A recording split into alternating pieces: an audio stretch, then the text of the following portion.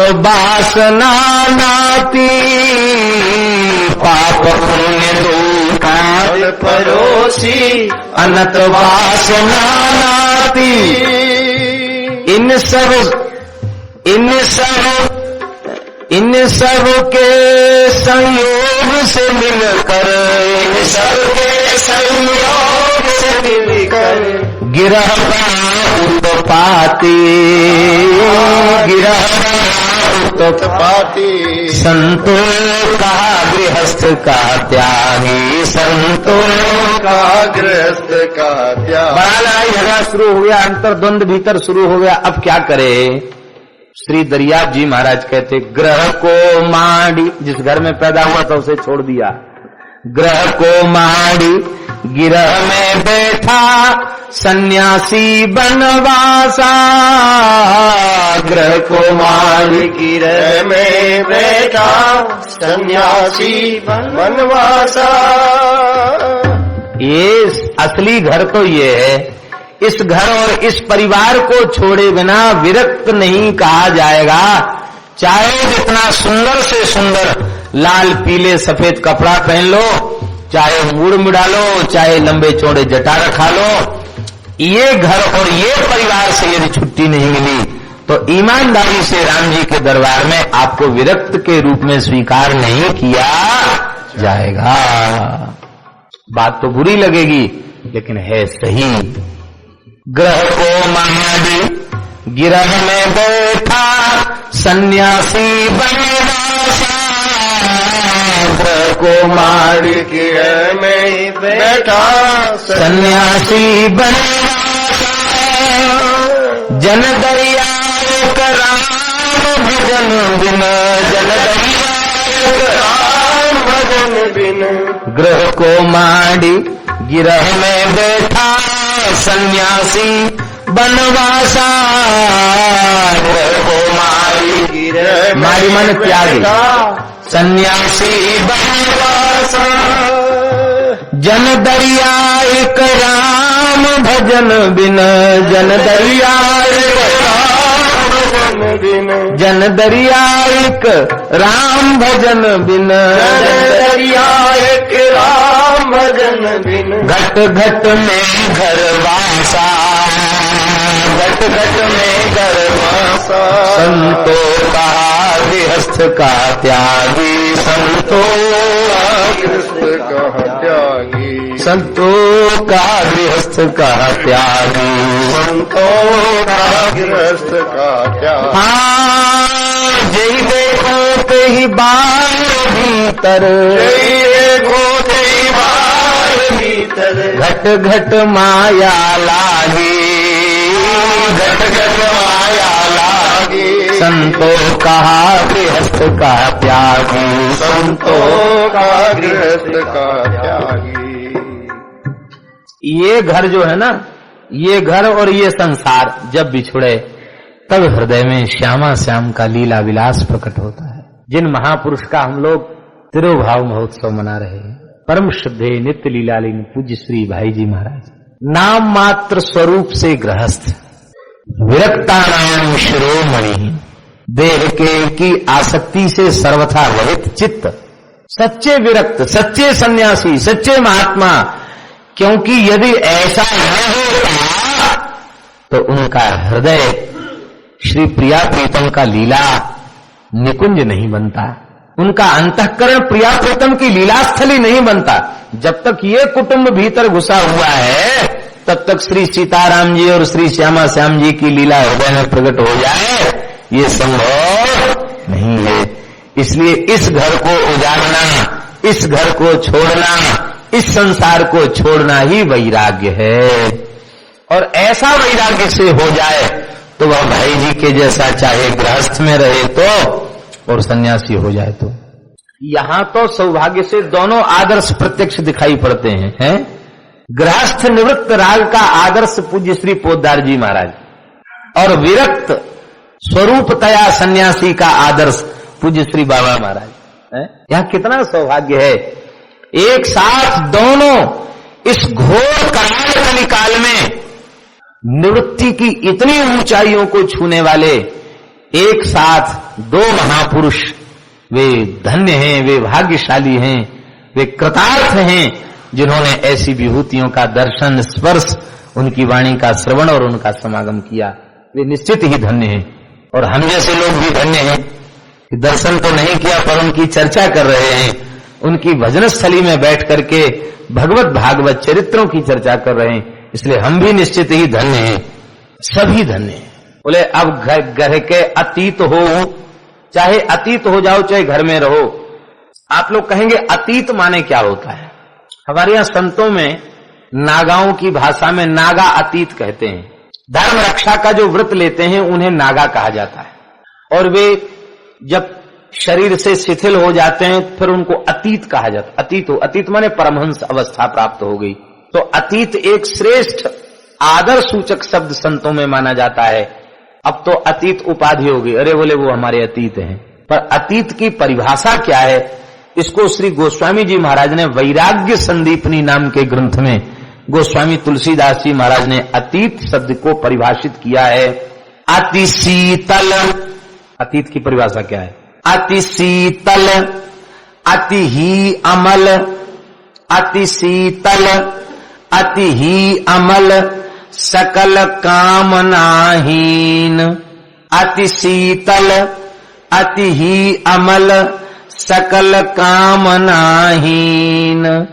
तुलसी ताहि अतीत गनि, वृत्ति शांति लयलीन। तुलसी ताहि अतीत गनि, वृत्ति शांति लयलीन।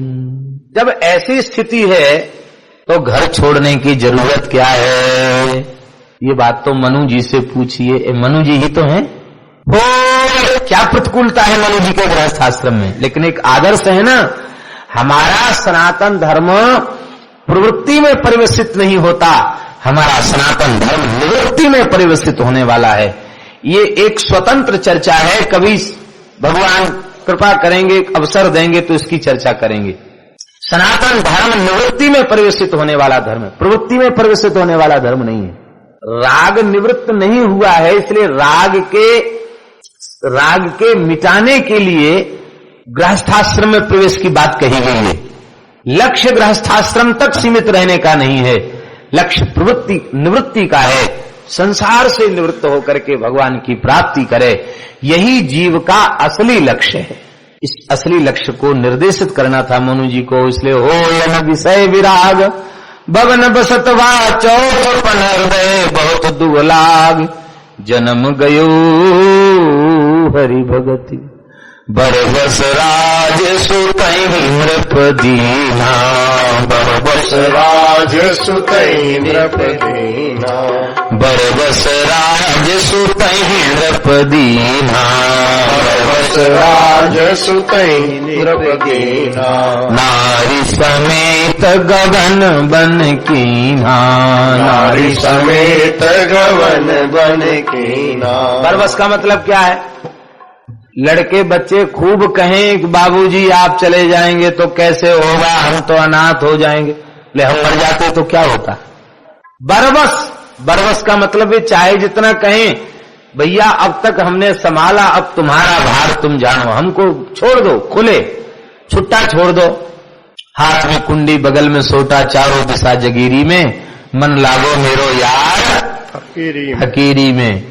पूर्व पश्चिम उत्तर दक्षिण चारों दिशा जगीरी में, मन लागो मेरो यार फकीरी में। कभी उस जीवन की भी तो कल्पना कीजिए जो किसी बंधन में न बंधा हुआ हो। हमारे महाराज जी कहते थे, बोले देखो तो सही, रावण उस जीवन की कल्पना कर रहा है। रावण राक्षसी वृत्ति वाला तमोगुणी, वो शंकर जी की स्तुति करते हुए कहता है, हे प्रभु मेरे जीवन में कभी ऐसा अवसर आएगा क्या? कदा निलिम्प निर्जरी निकुंज कोट रे बसन। कदा निलिम्प निर्जरी निकुंज कोट रे बसन। विमोद मति सदा शिरस्थमंजलिं वहं विमुक्तलोचनो ललामभासलग्नका शिवेति मंत्रमुच्चरन् कदा सुखी भवामि। शिवेति मंत्रमुच्चरन् कदा सुखी भवामि। कभी ऐसा भी अवसर मेरे जीवन में आएगा क्या? कदा लिम्प निर्झरी, अत्यंत एकांत किसी पर्वत की निर्झरी झरने के समीप, लताओं से आच्छादित निकुंज में, पर्वत की गंभीर गहुवर गुफा में निकुंज कोटरे वसन, विमुक्त दुर्मति, सारी दुर्मति से रहित होकर के शिरस्थ मंजलिम बहन, आपके प्रति अतिशय कृतज्ञ होकर अपने मस्तक पर अंजलि जोड़े हुए, ललाम भास लग्न कहा शिवेति मंत्र मुच्चरन कदा सुखी भवाम्यहम्। कब ऐसा होगा? एकदम विरक्त होकर किसी एकांत जंगल में, कुंज में रहकर, गुफा में रहकर, झरने के पास रहकर कंदमूल फल भक्षण करता हुआ, हाथ जोड़कर शिव शिव कहकर रोता हुआ मैं अपने जीवन का यापन कब करूंगा? रावण से तांडव स्तोत्र में कह रहा है जीवन का लक्ष्य निवृत्ति है, प्रवृत्ति नहीं। इसलिए आश्रमात आश्रमम गच्छेत, एक पद्धति है आश्रमात आश्रमम गच्छेत, और दूसरी पद्धति है ब्रह्मचर्य एव प्रव्रजेत। जीवन निवृत्ति के लिए है, प्रवृत्ति के लिए नहीं है। बोले महाराज इसलिए अब आप तो कृपा करके हम संग ले लीजिए। ये संवत 1454 की बात है, जब स्वामी जी पधारे हैं गागरोनगढ़ और पीपाजी ने विरक्त दीक्षा की प्रार्थना की है। ये बात है संवत 1454 की बात है। स्वामी जी ने स्वीकार कर लिया। अब ये बड़ी विचित्र बात होती है, घर छोड़ के कोई बाबा जी बन जाए तो उनके मैया बाप के पे कैसी बीतती है ये तो उनसे पूछो, दूसरा व्यक्ति इसका क्या अनुमान लगावे। और राजा और अपने प्रजा के समक्ष धर्मात्मा प्रजावत्सल राजा भरे पूरे परिवार को लेकर, और जिस समय पीपाजी ने विरक्त संस्कार ग्रहण किया उसमें पीपाजी की आयु कितनी थी? 50 वर्ष, 60 वर्ष, कितनी आयु थी? 30 वर्ष की आयु थी पीपाजी। 30 साल के पूरे नहीं हुए थे। पूर्ण युवक शरीर, कामदेव के समान सुंदर स्वरूप। सीता सहचरी जी की आयु कितनी थी? 15 वर्ष। 15 साल की थी सीता सहचरी जी जब विरक्त वेश लिया। क्या अद्भुत विरक्ति का आदर्श प्रकट किया गया है। आज श्री पीपाजी के वैराग्य के निर्णय को देखकर प्रजा विलख रही है। अब तक तो कहते थे संत बहुत अच्छे हैं, अब प्रजा कह रही है कैसे निर्दयी होते हैं, किसी का भी घर उजाड़ने में इनको तनिक भी दया नहीं आती। देखो तो सही, सब लुट जाएगा देखते देखते। सब रो रहे हैं। पीपाजी के निश्चय को देख करके स्वामी जी ने उनको आश्वासन दिया, और अब उसी समय आपने अपने भाई कल्याण राव के पुत्र भोज राव को गद्दी पर बिठाया, और गद्दी पर बिठाने के बाद सन्यास के लिए आप तैयार हो गए। अब तैयार हो गए तो महाराज अच्छे काम में बड़ी बाधाएं आती हैं, इसलिए विलंब नहीं करना चाहिए, जल्दी कर लेना चाहिए, कब कौन सी बाधा आ जाए। अब तो लागी संग रानी 10 दोय माने 12 रानी संग लग गई। 12 ही रानी थी, वो 12 रानी बोली। उनमें सबसे छोटी थी श्री सीता पद्मिनी, जिनको आगे चलकर सीता सहचरी नाम स्वामी जी ने दिया, पद्मिनी। तो ये 12 रानियां विरक्त होने के लिए भी तैयार हो गई। बोले आप ही हमारे जीवनाधार हैं, आप गृहस्थाश्रम से ऊब चुके हैं। अब तक पीपाजी के कोई संतान नहीं थी, इसलिए तो अपने भतीजे को गद्दी पर बिठाया। अब आप विरक्त होना चाहते हैं। एक प्रकार से देखें तो क्या विरक्ति की अवस्था थी? 30 वर्ष की आयु थी। बहुत समझाया, लागी संग रानी 10 दोय कही मानी नहीं, पीपाजी की बात नहीं मानी। कष्ट को बतावें लागे अति पहाड़ कर पानी, विपिन विपत्ति नहीं जाए बखानी। राम जी ने जानकी जी को जंगल की विपत्तियों का वर्णन किया, बहुत समझाया, लेकिन रानियां मानी नहीं। डर पावे मन लावही, बोले हम तो प्राण ही त्याग देंगे, इतनों की हत्या का पाप आपके सिर पर चढ़ेगा। अब तो बड़ी समस्या है, सब रो रही, चीख रही, चिल्ला रही, क्या करें, प्राण विसर्जन कर देंगे। संतों को भी लग रहा था कि अच्छे चक्कर में फंसे, क्या करें। पीपाजी ने तुरंत उनकी परीक्षा ली, बोले हाँ ठीक है ठीक है, अब रोने गाने की जरूरत नहीं, चलो तुम्हें संसार से वैराग हो गया तो चलो। तो एक एक कमरिया दे दी, राजवस्त्र उतार दो, वस्त्राभूषण उतार दो और कमरिया में छेद करके उसको गले में डाल लो। अब आजकल ना दर्जियों से कपड़े सिलवाने लगे हैं साधु, नहीं पुराने साधु सिला हुआ कपड़ा पहनते ही नहीं थे, अल्फी पहनते थे। तो अल्फी कैसे पहनते थे, दर्जी पे थोड़ी सिलवाते थे अल्फी, वो क्या करते, अभी भी अल्फी वाले साधु मिलते हैं, वो चद्दर है कंबल है उसको बीच में से छेद कर दिया और छेद कर दिया, छेद करके गले में डाल लिया, तो आधा आगे और आधा पीछे और इधर भुजाएं खुली हुई, और चलते समय उनको साफी कमर में बांध लिया, तो बस वो एक कोट जैसा हो गया, चल दी। ये कमरी, इसको कामरी कहते हैं, कामरी पहनना।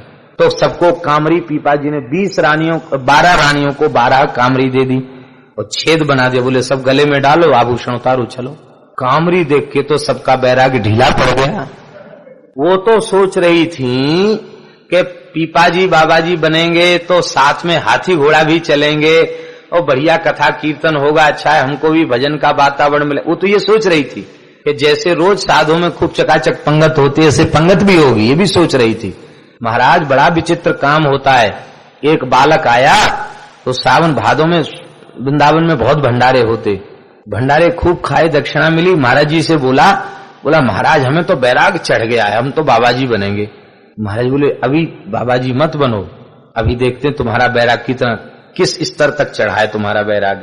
सावन भादों में खूब खाए भंडारे, कुआर में आ गया उसको बुखार, कुआर में बुखार, प्राय बुखार चलते, कुआर मौसम होता, डॉक्टरों का सीजन होता, बुखार तेज था। महाराज जी बोले कि उसको पूछना मत, कुछ थोड़ी देर इलाज तो कराएंगे, पर आज कोई पास मत जाना उसके।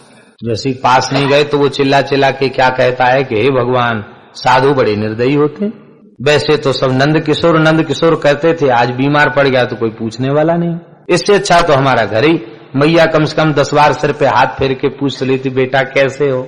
और वस्तुतः साधु निर्मोही होते हैं, हमने देख लिया। कोई पधारने लग जाए तो ये थोड़ी कहते कि क्यों पधार, हे भगवान जल्दी चलो जाए, अच्छा है, भाग बड़ो वृंदावन पायो। मर जाए तो भी वहां खोल कर ताल बजा के कीर्तन करते हैं, भाग बड़ो वृंदावन पायो, अच्छा हुआ जंजाल छूट गया। और कई बार तो ऐसा होता है तो कहते हे राम जी जल्दी उठा लो, पंगत के पहले या पंगत के पीछे पंगत और रुकी भैया पधारने वाला है। तो जाएंगे जमुना जी कीर्तन करते, जमुना जी प्रवाह किया चले आए। उसका तात्पर्य है कि उन्हें ममता नहीं है शरीरों में। अब शरीर छूट गया तो संस्कार करो, साधु है शरीर छोड़ के भगवान के पास गया तो रोना गाने की क्या जरूरत है। कांदा उत्सव बंगालियों में तो मनाते हैं, गौड़ीय संप्रदाय में कांदा उत्सव। इधर जमुना जी शरीर गया, उधर तई चढ़ गई पुआ की, धुलाई सफाई होके पुआ की तई चढ़ गई। वहां से सब लौट के आएंगे, सबको पुआ दिए जाएंगे, बढ़िया घी के पुआ, खीर पुआ खाओ। क्यों? बोले वहां निकुंज में उत्सव मनाया जा रहा है, या हम लोग भूखे क्यों मरे, और गृहस्थी मरे तो बिना नमक की दाल खाओ और सूखे रोट खाओ, जाने क्या क्या उनको यातना भोगनी पड़ती। साधु तो वैसे सूखी रूखी रोटी खावे, पर कोई पधार जाए तो खीर मालपुआ की रसोई उनके यहाँ बनती है। तो साधुओं के सब कायदे कानून विचित्र होते हैं, अपने आप में विलक्षण होते हैं। उसके मूल में यही है कि ये संत ब्रजरज प्राप्ति भई है, धाम की प्राप्ति भई है, ठाकुर जी के निकट गए हैं, वहां भी उत्सव है तो यहां भी उत्सव मनाया जाए, ये उसमें मुख्य होता है और कोई विशेष बात नहीं। तो बाद में उसका बैराग ढीला पड़ गया, महाराज ने इलाज करवाया, महाराज बोले अब तुम घर चले जाओ, घर चला गया। तो कहने का तात्पर्य है कि वैराग्य कई बार संतों के उत्सव महोत्सव और भोज भंडारे देख करके भी बैराग चढ़ जाता है, पर जब संत कैसे कैसे कष्ट भोगते हैं वो समय आता है तो वैराग्य ढीला पड़ जाता है। इसलिए जल्दी नहीं करना चाहिए वैराग्य में। वो सब रानियां एक दूसरे के मुंह की ओर देखने लग गईं। एकमात्र श्री पद्मावती जी, पद्मिनी जी, श्री जिनका नाम आगे चलकर सीता सहचरी हुआ, केवल 15 वर्ष की आयु, कामदेव रति को भी लज्जित करने वाला सुंदर स्वरूप, अप्राप्त यौवना, युवावस्था पर जो अपना चरण विन्यास कर रही हैं, ऐसी अत्यंत रूपवती सीता सोलंकिनी, ये इन्होंने उस कमरी को आदर पूर्वक स्वीकार कर लिया और कमरी को अपने गले में डाल लिया, वस्त्र उतार दिए। उसको देख करके संतों के नेत्र भी सजल हो गए। पीपाजी ने कहा, रे ये तो पास हो गई। बोले नहीं नहीं, ये कमरी की भी जरूरत नहीं है, हटाओ इसको भी। देखो हमारी रसोई पर कहाँ कपड़ा है, इसको भी हटाओ। कमरी को भी जब उतारने लग गई तो स्वामी जी को दया आ गई। स्वामी जी ने कहा, बस बस बस, यह उत्तीर्ण है वैराग्य की परीक्षा में, अब इससे अधिक कठोरता मत दिखाओ। स्वामी जी के सिद्ध संत श्री योगानंदाचार्य जी महाराज कपिल जी के अवतार हैं। उन्होंने जैसे ही अपनी कृपा भरी दृष्टि का पात किया, वो काली कामरी रेशमी अल्फी बन गई, रेशमी वस्त्र में रेशमी साड़ी बन गई। वो कामरी का टूक रेशमी साड़ी बन गया।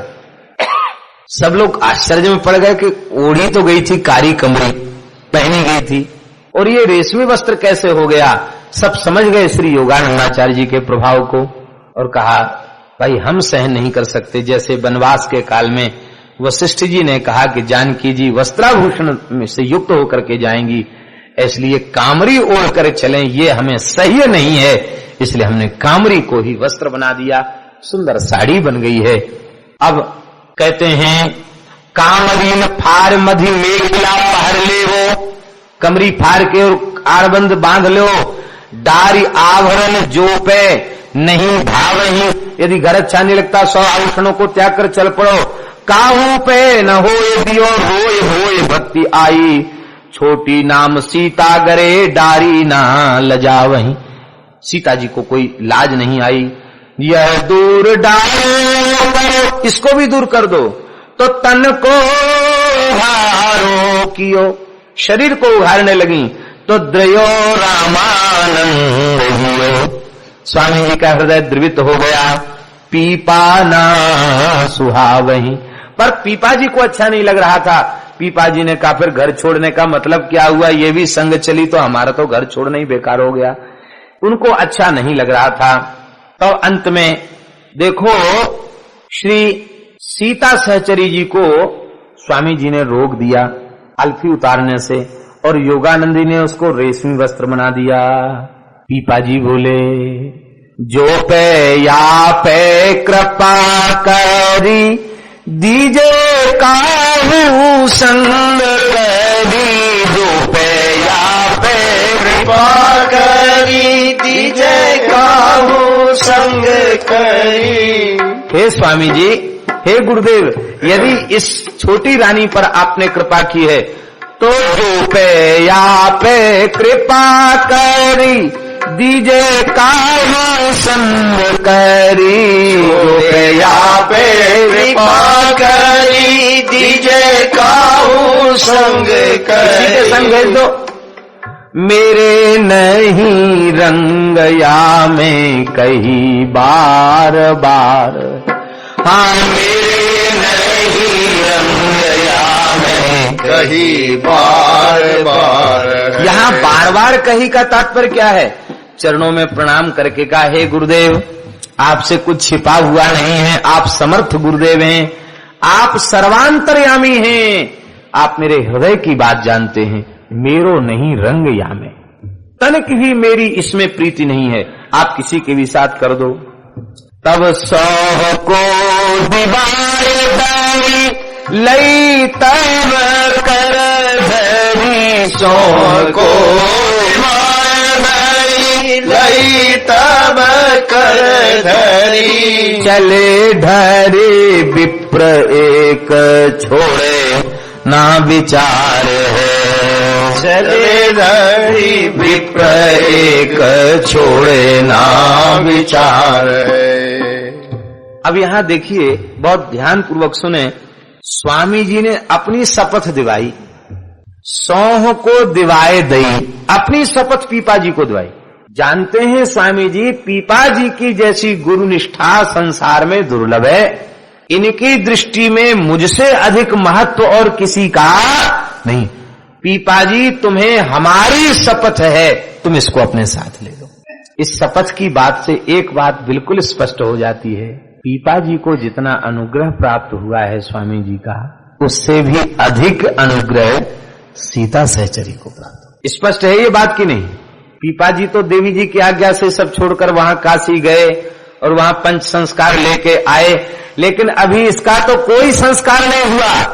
और 15 वर्ष की आयु ऐसी रूपवती रानी, और उसने कामरी को धारण कर लिया, स्वामी जी का हृदय जीत लिया।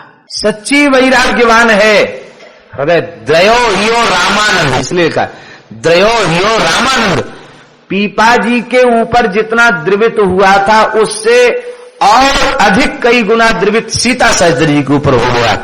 यदि द्रवित न होता तो स्वामी जी के जीवन प्रसंग में कहीं ऐसा उल्लेख नहीं कि स्वामी जी ने किसी को शपथ दिवा करके आज्ञा दिया, पर स्वामी जी अपनी शपथ दिवा रहे हैं, पीपा जी तुम्हें मेरी सौगंध है, मेरी शपथ है, सीता को तुम स्वीकार कर लो। कम महाराज और किसी के साथ कर देते। स्वामी जी ने हृदय से लगा के कहा, भूल गए माता पिता गुरु प्रभु की बानी, बिन्हीं विचार किए शुभ जानी, हमारी आज्ञा से कुआं में कूदने के लिए तैयार हो गए, अब शपथ दिवा रहे हैं तो ऐसा कहते हो। गड़ गए लज्जा से पीपा जी। कहा जो आज्ञा गुरुदेव। स्नेह पूर्वक स्वामी जी ने कहा, तुम इस कोटि के निवृत्त महापुरुष हो कि अतिशय रूपवती सीता सहचरी को साथ रखकर भी भजन कर सकते हो, किंतु और कोई ऐसा साधक मुझे नहीं दिखाई पड़ रहा है जो सीता सोलंकनी के साथ रह करके भजन कर सके। इससे एक बात स्पष्ट होती, पीपा जी का वैराग्य। 15 वर्ष की आयु जिस परम अद्भुत सुंदरी की हो और 30 वर्ष की आयु पीपा जी की हो और जीवन भर साथ रहे हों और इसके बाद निर्विषय और निर्विकार जीवन व्यतीत हो जाए, ये केवल पीपा जी का चरित्र है।